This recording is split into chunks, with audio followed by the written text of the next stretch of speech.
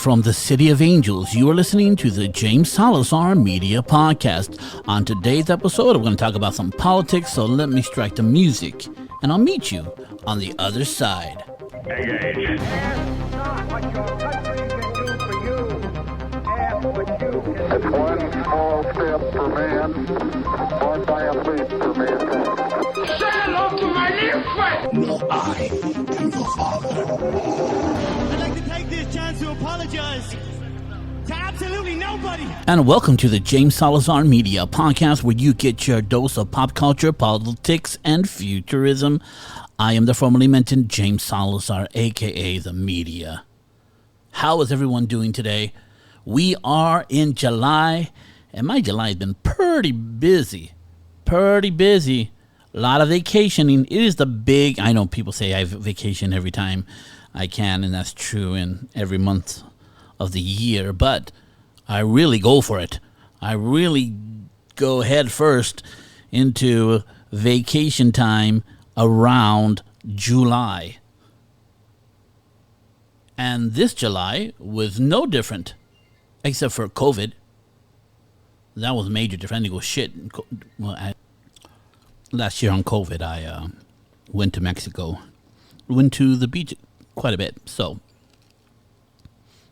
there's that. But July this year started off with 4th of July. Had people come over. But my neighbors usually blow up a lot of shit. But they didn't do it this year. Maybe because of that freaking bomb disposal truck getting blown up in East LA. They freaking took out a whole neighborhood. Literally. And they just put a little bit in there. They ignited it. And if you haven't seen the video, it's amazing. It just blew the shit out of that street. I mean, there were people literally sitting in their living rooms watching TV. And they got concussions from the blast. It blew the shit out of that street. Oh, yeah. People getting crazy out there. But I figure that's probably why they didn't blow shit up. Probably police were going to be out in effect with that example playing over on the news of that whole street getting demolished. I mean, it literally blew cars upside down. Parked cars flipped onto their back.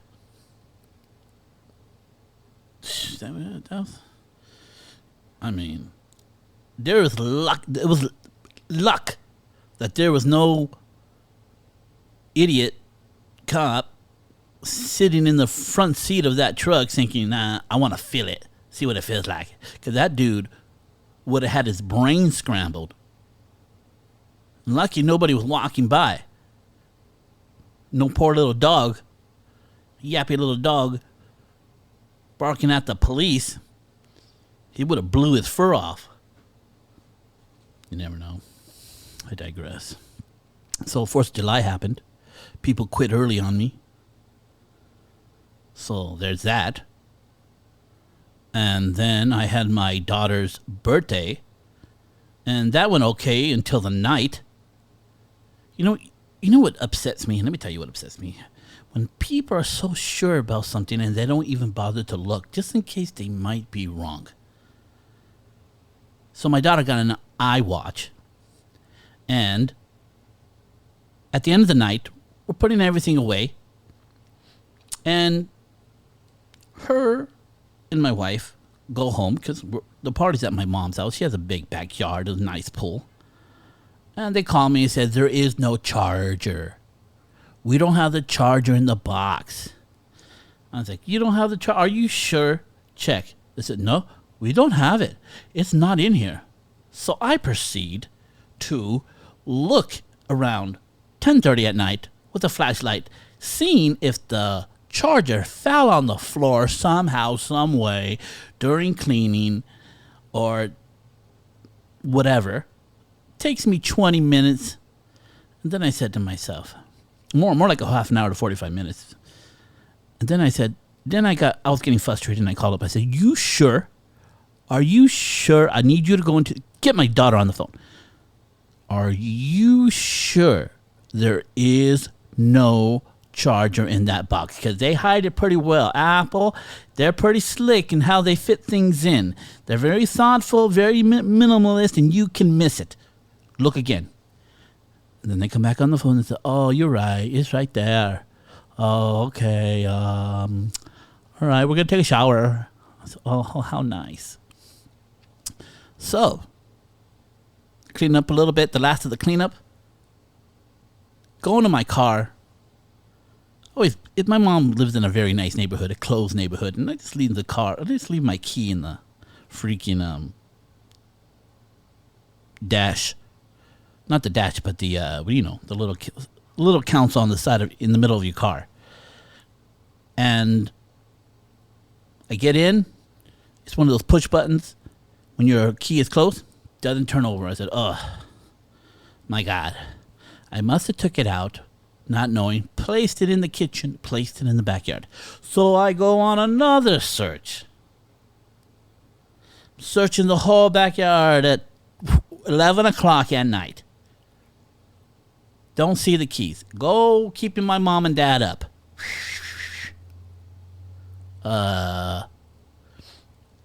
Look in the kitchen. Look in the bathrooms. Nothing there. Looking on the grass. Getting into 11:30, 11:45 now. I call up my wife. I said, I need you to check your purse. Did you take my keys? She texts back, "Oh my God, I have your keys." I was like, "Oh my goodness. Oh my goodness." And I said, "Well, come pick me up then, or bring them to me. I ain't paying for no Uber because you took the keys." She's like, "Well, Scarlett's in the shower right now. She's going to have to wait till after she gets out of the shower." I was like, "What?" So, got away from my daughter to get out of the shower, dry off, get dressed, jump in the car, go all the way down to my mom's house, give me the key so I can go drive myself home. So I'm in the living room with my dad. We're watching what's that movie by Martin Scorsese for Netflix? The Irishman, I think it's called. And we're watching it. It's a pretty good movie, pretty well acted. Now, years later, it's not years later, but people are saying that this guy was full of shit. Whose story this is? He probably didn't kill Hoffa, but who knows? Who knows? I mean, if you don't, it's not. Is it a spoiler alert that Hoffa dies mysteriously? Whatever. I have a friend, Bax Baca, who is an amateur mob historian, and I gotta ask him about that. So they finally drop off my keys, go home. So that night went way longer, went all the way to 12:30, 12:45, and then I just went to Laughlin. Couple of days. It's been like 4 days since I've been to Laughlin. That was fun. It was super hot. It was one of the least hot days. I mean, I went to Laughlin when it was 124.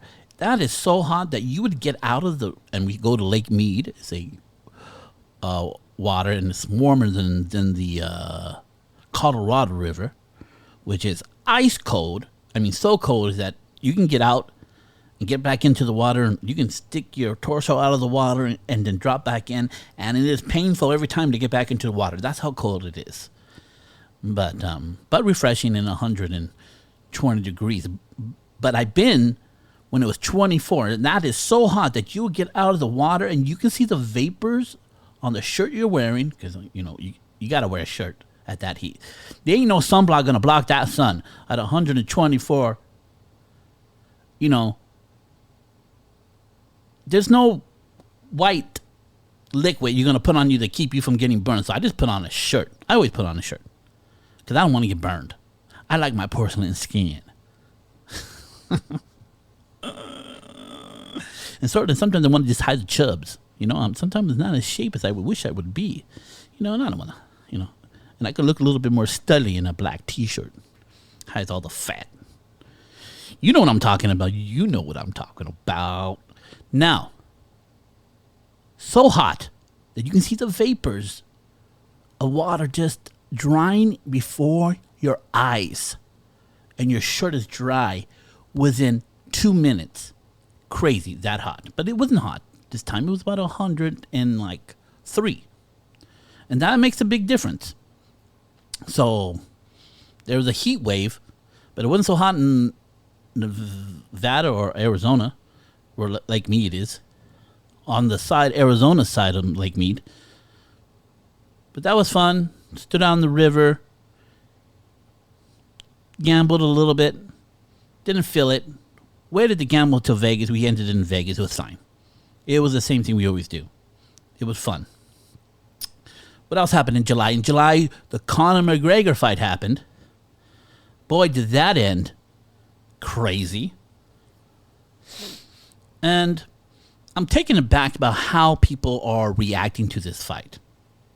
And let me explain myself. In the second fight with the Diamond and the Notorious one, the Diamond clearly knocks out Conor McGregor. And everybody proceeds to give excuses to Conor McGregor. He's been off for a long time. Ring rust. He was practicing boxing. He wasn't focusing on MMA. Yet he didn't check those leg kicks early enough and it was too late. A lot of excuses. This time around, he won't fall for the same things. Then we get to this new fight. And there's one round that goes to the Diamond. He got the most ground and pound. And then before the fight, the last seconds of the first round, Conor McGregor's leg breaks. And then everybody proceeds to say, we need to stop making excuses for Conor McGregor. And I was like, he legitimately broke his leg. And you're saying he has no excuses, but when he got legitimately knocked out, you had a bunch. So I'm confused. So let me just tell you about this first round. Which Diamond, Poirier, should take this win, go fight the championship. He did win that round, but everybody is coming out with this narrative that it would have continued to be that way. And let me just, those who didn't watch the fight. Number one, the fight starts. Conor McGregor for about 40 to 50 seconds, maybe a minute, is controlling the feet. Hitting pretty much Poirier at will. Poirier gets one good shot. Boom. Hits him. Conor McGregor grabs Dustin Poirier. Dustin Poirier pushes Conor McGregor to the octagon fence. Conor McGregor slips his hand underneath, thinks he has a good guillotine. Conor McGregor proceeds to pull Dustin Poirier to the ground because he thinks he's locked in this guillotine, which was a big mistake. From there on, Dustin pops out his head, starts hitting Conor McGregor pretty much at will with some with punches and elbows. Conor McGregor got a couple licks in by kicking up. Not a lot, but a few, but enough to make Dustin stand up. And then Conor McGregor proceeds to get up from the ground and pound and resets, throws the haymaker, replants his foot as he throws it, as the haymaker he missed, and the foot cracks. He goes to the ground, curled. Referee doesn't see it.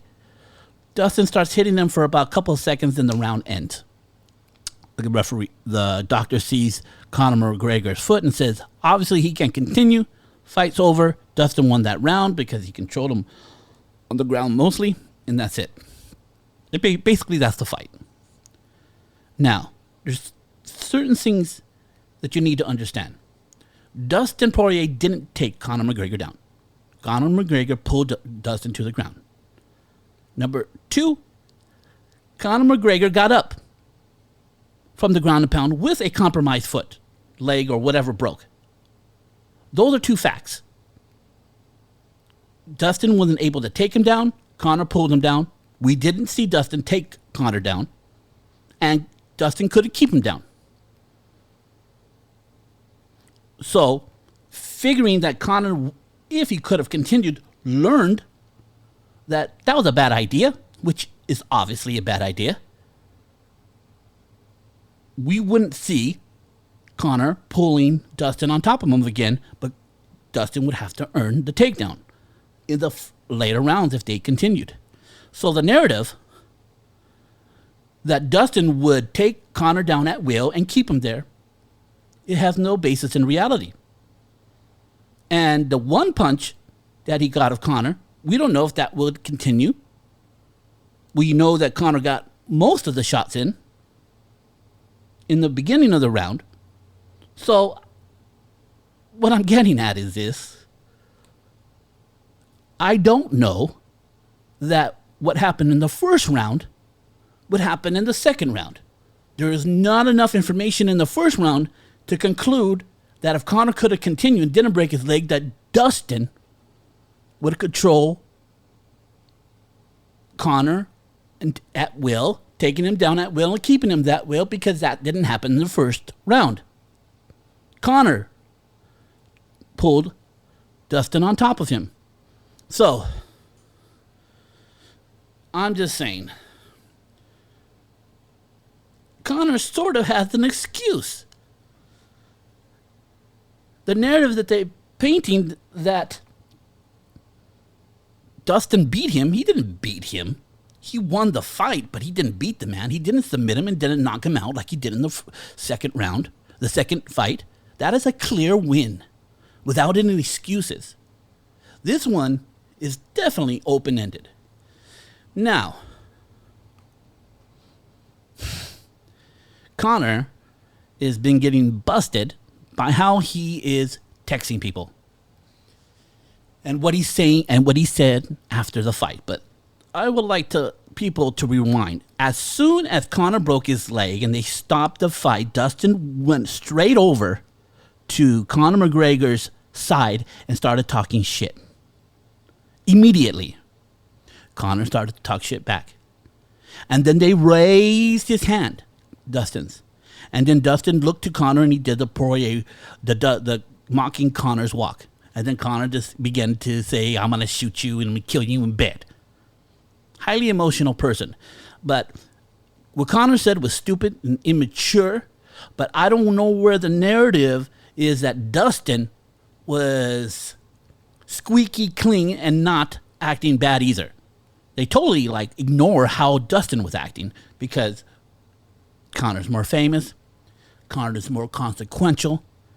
The whole pay-per-view industry depends that Conor still survives. And a lot of people who don't like Conor want to see him go down. There's a lot of factors why people think Conor's more important than Dustin Poirier, but mostly it's the money. So when he says something, even if it's something that is super bad, it's still going to lead the news. They're going to ignore how Dustin acted. And Dustin, I understand why Dustin acted bad, because Conor was threatening his life even before the fight. And once Conor broke his leg, he wanted to rub it in his face. There was no love lost there. But Conor reacted bad. There's no excuse for Conor's behavior and the things he said after the fight. But this idea that Dustin was squeaky clean and didn't say anything and didn't do anything that was disrespectful, that is not true. It doesn't matter. We're going to pay to see it again. But I do think Conor has way more excuses this time around for the next fight than he ever had after the second fight they had. And it looks like most likely it is a perfect timing for Conor to heal and then to fight Nate or Gagey or what's his name, Ferguson. Those look like the next fight. He shouldn't probably get the next fight. I mean, I am pretty sure Dustin would oblige him if he had the bout to fight Conor next just for the money. The money's much better. He's going to make a lot more money with Conor than he will fighting the champ. So we'll see what happens. And then Conor stupidly said bad things about the death of Khabib's father. Now, what we're not acknowledging, and there's no excuse for Conor, but Khabib said it is God's will or God's judgment or God's humbling of Conor why he broke his leg. And Conor went back in a very crude and rude way, said, well, what does it say about your father dying of COVID? And he just put, COVID good, your dad bad. He was showing the hypocrisy of the statement, but he said it in the way that if they didn't know what Khabib said, they wouldn't understand the rebuttal. Both were wrong for saying it. Conor definitely put a cruder and more ruder way, especially that Khabib's father died and Conor's leg just broke. So the moral equivalency is not there, but it was a reaction to what Khabib said. And I don't think Conor was saying that his dad's bad and COVID is good. Is that according to Khabib's logic, Khabib's dad died because he was bad and COVID was used by God. Stupid and ignorant way to say it. And there is a double standard there. But because he used an uneven example, Conor is going to look stupid. And if Conor thinks he can say statements like that ad infinitum and there won't be a pushback, he'll be sorely mistaken. You can't go that far. You can't cheer the death of people. Even probably that's what he did. That's what it looks like. That's what it reads like. But at the end of the day, if John Jones can crash into a pregnant woman and run off, then come back for the money and then run off again, stranger things have happened. And now we're in the Olympics. And then people are crying because they want to protest but still represent America. What world is that? Makes sense. Let me tell you something. I wouldn't want anybody to represent me, my business, or my family that is not happy and proud of representing it. That's it. I wouldn't hire anybody to do that. I wouldn't hire somebody who felt bad things about me to represent me. And neither should America. She has every right to protest. But what she doesn't have a right is the right to protest and then represent. You don't have that right. And there's a problem here. Because most of the time when you're going to do something that is considered activist, there's a certain level of sacrifice you have to take to do that. And what this person wanted, it was Gwen Berry, her name is, she wanted to have her cake and eat it too. She wanted to talk crap about America and still represent it. I'm not going to allow you to do that. You represent America because you're proud to be an American and you're proud to live in America and you want to represent it. If you don't want to do that, then don't. Don't go all for it. And it is a question of integrity. You see, I'm a public speaker and a singer. And if someone asked me to sing for something that I didn't believe, I wouldn't do it. Even if it paid a lot of money, I wouldn't do it. Because there's got to be a level of sacrifice that goes along with my integrity. And sometimes it's going to hurt. I was asked to go sing for the Democratic Party. Now, I didn't. And luckily, I was asked with a group of people. It was during the election as part of the entertainment. And I just didn't reply because there was no way I was going to be a part of that. And they were going to pay well because that's a party I don't support. And it hurt financially not to accept that. But I have a certain level of integrity that says I'm not going to do that because I don't believe in it. And therefore, I will boycott my talent for that. And that could have been her opportunity to say, I am one of the best shot putters or the person that swings the things in our country, but I'm not going to do the tryouts for the Olympic team because I don't believe I can't, with my heart, represent something that I'm not fully proud of. I would have had more respect. I think she's wrong, but I would have more respect for her position if she did that. But come on, what are we doing here? Come on, you really expect to talk shit about something and then say, "Hey, I want to represent it in a good way." No. You don't do that. You can't do that. We don't live in that world. Crazy people. So yeah, the Olympics are going. America's leading the way.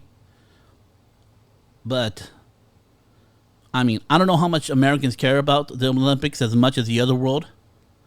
And I watched some of it. I'm going to look for the judo and the taekwondo and the boxing. And just see how those panned out for the United States of America. Of course, I'm going to root for them, America. But it's a weird thing just to take pride in someone else's accomplishments. I mean, not all Americans are like those Olympians. Actually, the majority of Americans are nothing like those athletes. They're all couch potatoes, eating their bonbons and eating their Haagen-Dazs ice cream and, that shit. Those people up there may represent America, but they don't represent the dynamic of what Americans are. So it's sort of a lie. Yes, this is our best. Okay, for sure. Because there's a stark difference. There is a big gap in between from the Olympians, and we're not talking about brain or beauty. We're just talking about physicality. There's a big difference between the Olympians and every other American. There's a big gap. That's all I'm saying. Don't get mad. And if you got a problem with it, put down the bonbons and go rub your chubby ass around the corner.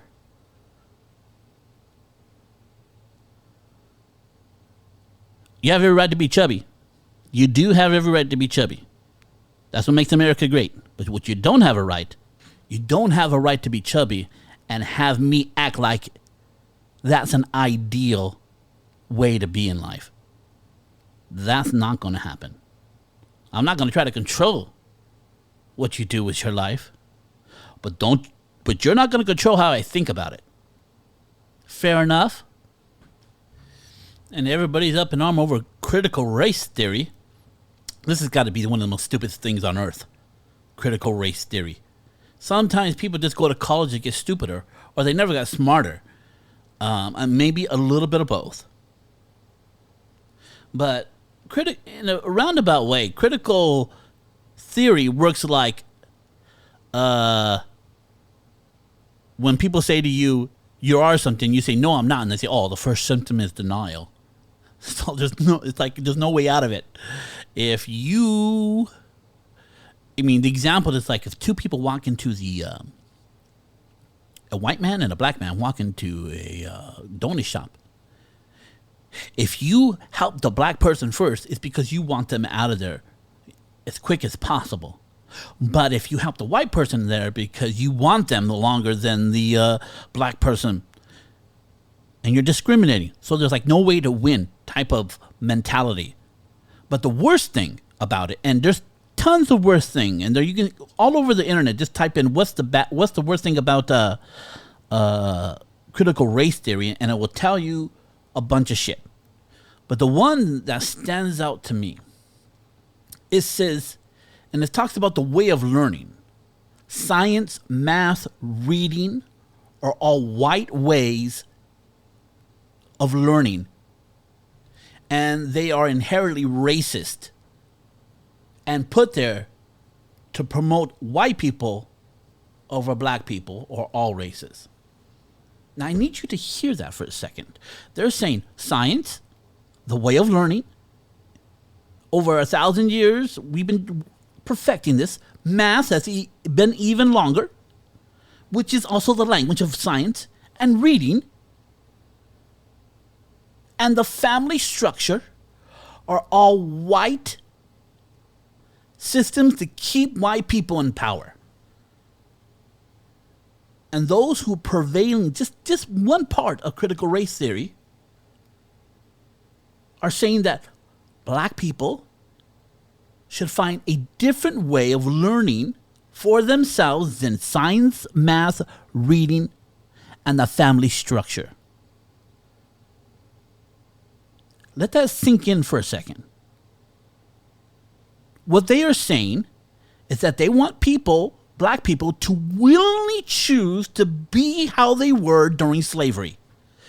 Slaves weren't allowed to learn science, let alone math, let alone reading, and they destroyed the black family structure when they sold off their kids and their wives.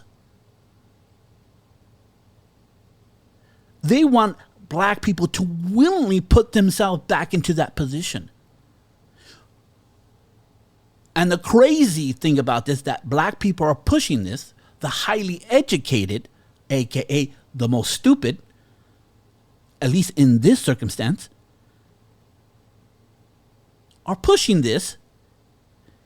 It is so bad that I would not be surprised that there was a Ku Klux, a KKK member with swastikas all over his foreheads as the man behind the curtain going, rubbing his hand going, I will have them put themselves in slavery.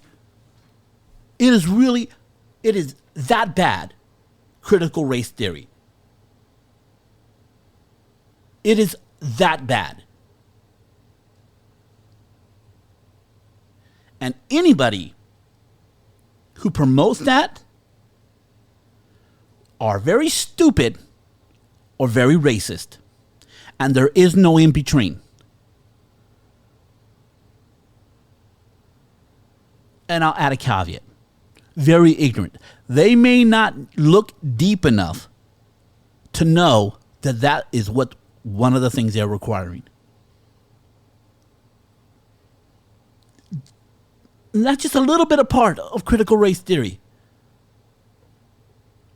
What do you do with that kind of stupidity? I don't know. But black people need to run from anybody. All minorities need to run from anybody who believes in critical race theory.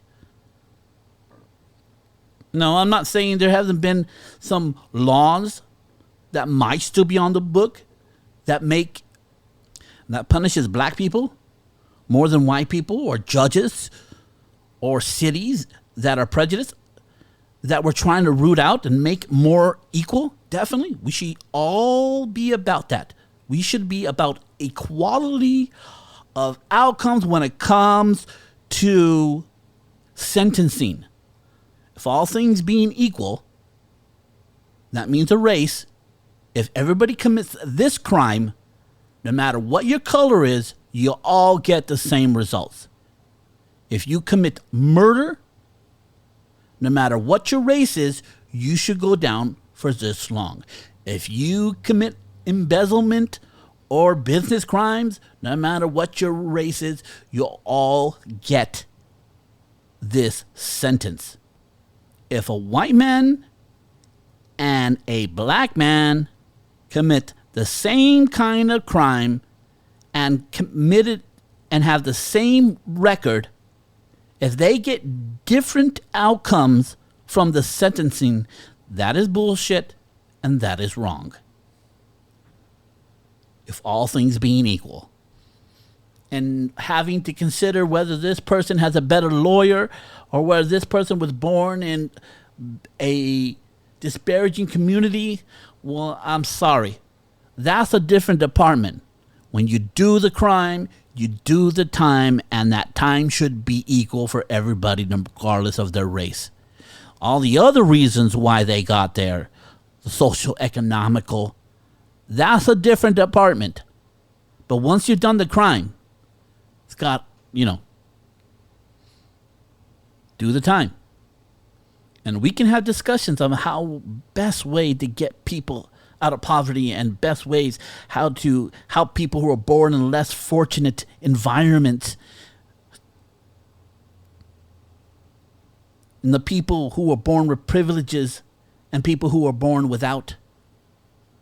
And how should they be helped? We can talk about that department. But once you've done the crime, once you committed murder, the punishment should be equal. At least that's what I think. And we have a long history of people doing the same crime but based on their color, getting unfair and unequal punishment compared to somebody who's not of their own race. And last but not least, a couple billionaires went to space. Not really space, just under space. So Richard Branson and the richest man in the world from Amazon, what's his name? Shit, forget his name. Jeff Bezos. And you just hear all the stuff. Oh, what a waste of money. We could have been used to feed these many people. And I don't think these people think their way through a paper bag. There is a lot of things that could be sacrificed that are least important than going to space that they are not willing to sacrifice. Right? That money from movies, from music, from cars and houses, all that money could be way better spent on feeding the poor. Right? But you're acting like poor people are not being fed in this country. They are. In every city in this country, you can get services to be fed. Paid by the rich people who pay their taxes. And that's a fact. Rich people cover 80% of the bill that is taken by taxes. The other 20% is mostly paid by the middle class. And very little is paid by the poor. And the homeless, they don't pay shit because they don't have a job. People just need to be educated. The future is space. The future of economies will be in space. The future of capitalism will be in space. And the government could have done it, but they dropped the ball and they shut it down. We left open the free market to do what it's doing now. And now the government's saving money and having these billionaires front the bill for space exploration. Let me tell you, all the advancements that you are enjoying today came through the Apollo missions and the shuttlecraft missions to space. And there's going to be new inventions, new ways of doing things that are going to come out of this new space race that will change mankind forever. You watch. I predict it now. The cure to global warming will come through the space race. To free healthcare and its viability will come through the space race. The advancements that are coming in the next century will solve many of the problems that we are dealing with today, while still being innovative. Because right now, government has an answer to how to kill innovation for the sake of shit being free. And not that shit being free making it easier for shit to be free. Because right now, we do have free healthcare in this country. If you want to go down to UCLA and stand in a very long line and get free healthcare, you can do that. And wait in a waiting room for 4 hours, you can do that. But government promises that you can do that. If we put all our energy into that, it will be better. But until they make the VA viable and successful as a free market of Kaiser and all these other places, or as good or better than what the free market offers, we got to hold back on that, because we are on a verge of scientific discovery when it comes to health that will prolong our lifetime with quality, and to shut down our medical advances that come from companies who expect a profit for risking to experiment and create drugs and services and technologies to advance man's health. Until we have a system that's able to give services to everyone and keep us competitive and innovative, we need to tippy-toe over the decisions that we make concerning healthcare. And I believe the answers to that will come from the space race. The answer to overpopulation will come from the space race. Do you know how we got the cell phone? The cell phone came about because a lot of rich people bought it. And they paid a very high price for it that they thought was worth being able to call anywhere, anytime, and not be tied to a phone line. So they paid for it at a very high price, which gave those people money to innovate it and gave other people ideas to create a better one, and then a better one. Then everything got so cheap, everybody started to afford it. Now they give smartphones to homeless people in homeless encampments for free. That only came about because rich people bought it first. They experienced it first. They used it first.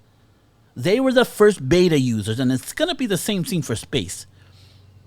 Space flight will become cheaper and more feasible for everyone. The more the billionaires, something happened. The more the billionaires spend money on it. Let them spend the money. Let them go through the trial and error. Let them fall on their face. And when they work out all the kinks, it will start to open for everyone. And then the space economy will start to open to everyone. And then, my friends, we are boldly going where no man has gone before. Did I rant this whole podcast? I think I did.